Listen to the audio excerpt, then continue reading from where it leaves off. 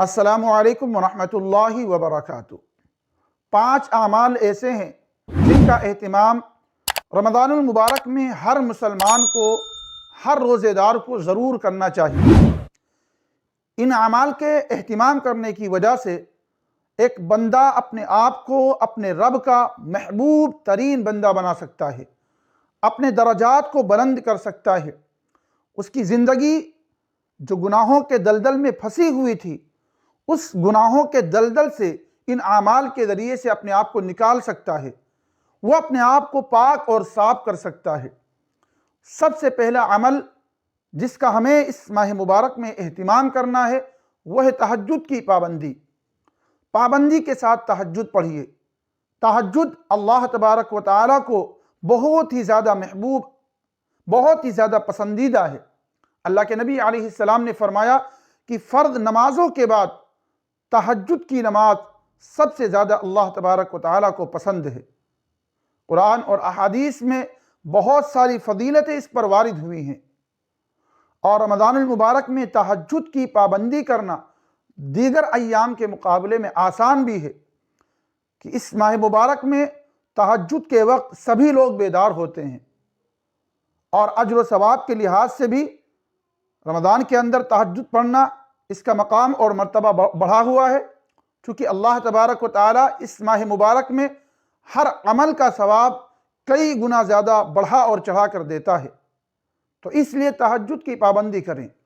اور دوسری چیز استغفار کی کثرت، اپنے گناہوں پر ندامت کا اظہار کیا جائے، اپنے گناہوں پر شرمندگی کا اظہار کیا جائے، اپنے رب سے اس ماہ مبارک میں توبہ کریں، استغفار کریں، اپنے گناہوں پر روئیں، اپنے گناہوں پر گڑ گڑائیں، اور اپنے رب سے معافی مانگیں، اور آئندہ گناہ نہ کرنے کا پختہ ارادہ کریں، چونکہ توبہ کرنا اور استغفار کرنا یہ اللہ کے نبی علیہ السلام کو اور اللہ تبارک و تعالیٰ کو بہت ہی زیادہ محبوب ہے۔ اللہ کے نبی علیہ السلام ارشاد فرماتے ہیں التائب من الذنب کمن لا ذنب لہ، کہ جو بندہ گناہوں سے توبہ کرتا ہے اس کی مثال ایسی ہی ہے گویا کہ اس نے کوئی گناہ کیا ہی نہیں۔ اور تیسری چیز قرآن کریم کی تلاوت کثرت سے کرنا ہے۔ قرآن کریم کا تعلق ماہ رمضان المبارک سے بہت ہی زیادہ گہرا ہے۔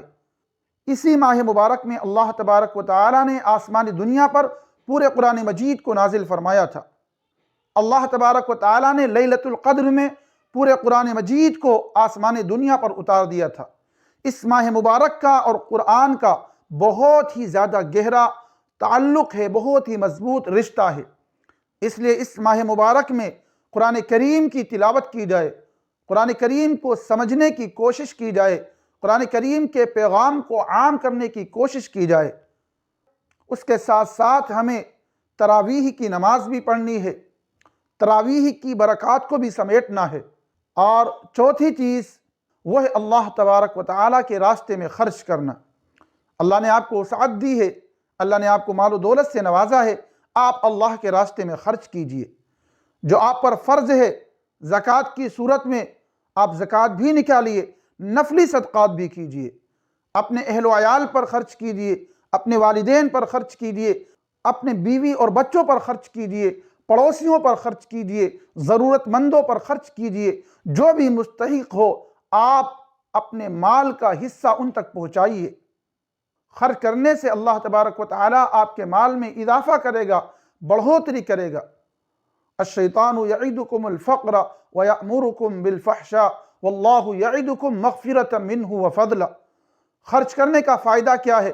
اللہ فرماتا ہے کہ خرچ کرنے کی وجہ سے شیطان تم سے وعدہ کرتا ہے کہ خرچ کرنے سے تمہارے اندر غربت آئے گی، تم محتاج ہو جاؤ گے، تمہیں بے حیائی اور برائی کا حکم کرتا ہے۔ جہاں نہیں خرچ کرنا چاہیے وہاں پر خرچ کرنے کا شیطان حکم دیتا ہے، لیکن اللہ فرماتا ہے کہ خرچ کرنے والوں سے اللہ تبارک و تعالیٰ کا وعدہ ہے، اور وعدہ کیا ہے؟ 2 چیزوں کا اللہ تبارک و تعالیٰ نے وعدہ کیا۔ ایک تو مغفرت کا کہ جو اللہ کے راستے میں خرچ کرے گا اللہ تبارک و تعالیٰ اس کی بخشش کرے گا، اسے معاف فرما دے گا، اور دوسرا دنیاوی وعدہ کیا وفضلا، کہ خرچ کرنے کی وجہ سے تمہارے مال میں کمی نہیں ہوگی، بلکہ اللہ تبارک و تعالیٰ تمہیں اور بھی زیادہ نوازے گا۔ اب ہمیں فیصلہ کرنا ہے کہ ہمیں شیطان کے وعدے پر عمل کرنا ہے یا اللہ تبارک و تعالیٰ کے وعدے پر عمل کرنا ہے۔ اور پانچویں چیز جس کا اہتمام اس ماہ مبارک میں کرنا ہے وہ بہت ہی اہم ہے، وہ ہے ترک معاصی، گناہوں کا چھوڑ دینا۔ اس ماہ مبارک میں اگر ہم سے نیک اعمال نہیں ہوتے ہیں تو کم از کم اتنا ہم ضرور کریں کہ اس مبارک مہینے کے اندر ہم اپنے آپ کو گناہوں سے باز رکھیں، ہماری زندگی گناہوں سے پاک اور صاف ہو۔